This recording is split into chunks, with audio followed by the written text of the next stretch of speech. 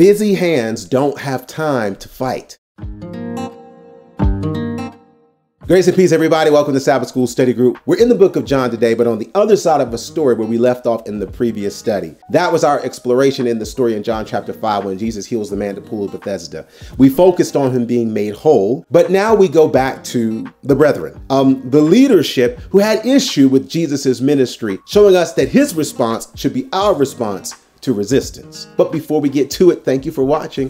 Please like this video and subscribe to the channel. We want you to always be on board with what's going on through Change Ministry. And please pass this video on to someone else. We don't do social media, but we need you to be social. On top of that, please go to the website, changeministry.org. There's a link, changeministry.org/health.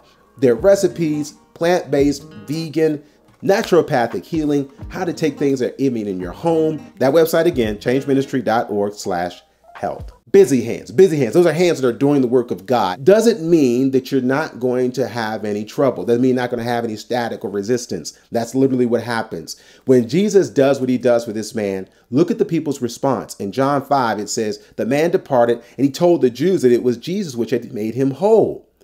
And therefore did the Jews persecute Jesus and sought to slay him because he had done these things on the Sabbath day. This is where they were. That's why Jesus was there, but this is where they were.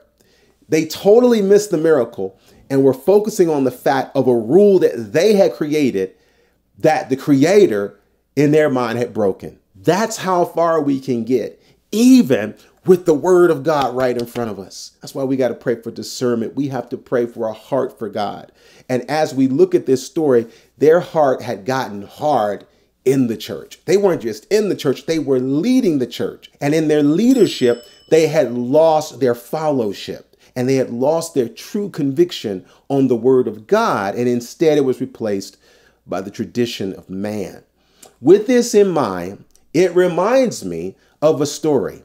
And in the story of Nehemiah, how when they were rebuilding the walls of Jerusalem, they encountered resistance. But notice their response to kind of clue us into Jesus's response. They were doing what God had told them to do, just like Jesus had done what his Father had told him to do. And it says there, then I told them of the hand of my God, which was good upon me, as also the king's words that he had spoken unto me.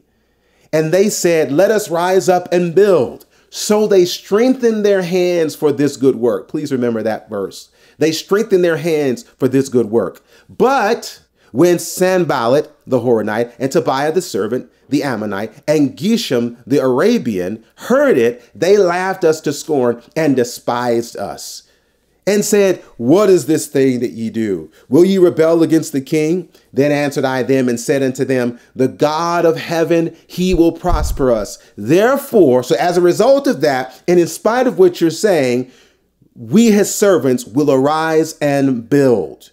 But ye have no portion, nor right, nor memorial in Jerusalem. Busy hands don't have time to fight. Remember that part in Nehemiah where I said, remember that portion where it says, so they strengthened their hands to work. When I heard that and I was saying, what does it mean to strengthen their hands? Obviously, they didn't give up. They didn't let go. But in a real way, they doubled down. They strengthened their hands and put their focus not on the resistance, but on the revolution. They put their mind off of their message and they put it on the mission. How so? You know how when you're have you ever been moving furniture, whether it's your own or somebody else's, there's always something that's heavy, right? That's why you need help. And you'll notice that and usually it's like a sofa or a mattress. Like that's the stuff that's the biggest piece of furniture that most of us have. So you know when you've been carrying a sofa or you've been carrying a mattress and it's so big and you got to get through the door. And because of that, you got to angle that thing and you got to lift it up. And you're at the point where you're carrying it with someone else and you got to say, hold on, stop. And when you tell them to stop, you're not stopping to put it down, but when you adjust to get that grip right. When you're adjusting your hands, like, okay, it's hurting, it's pinching me. I'm not stopping, but I'm going to readjust so I can get a firmer grip. When all the people with the weird names came to Nehemiah and the people, they didn't stop, but they readjusted to get a better grip and said, you know what? We're not going to stop what we're doing. You're not going to have any part in what we're doing. And they kept at it. Now, mind you, they kept their sword on their side. They had people working security, but security was always security over the construction. They never stopped the construction to go fight. because busy hands don't have time to fight. So going back to John, when Jesus hears what's going on and they're resisting him and they literally are trying to plot to kill him, verse 17, Jesus answered them, my Father worketh hitherto, and I work.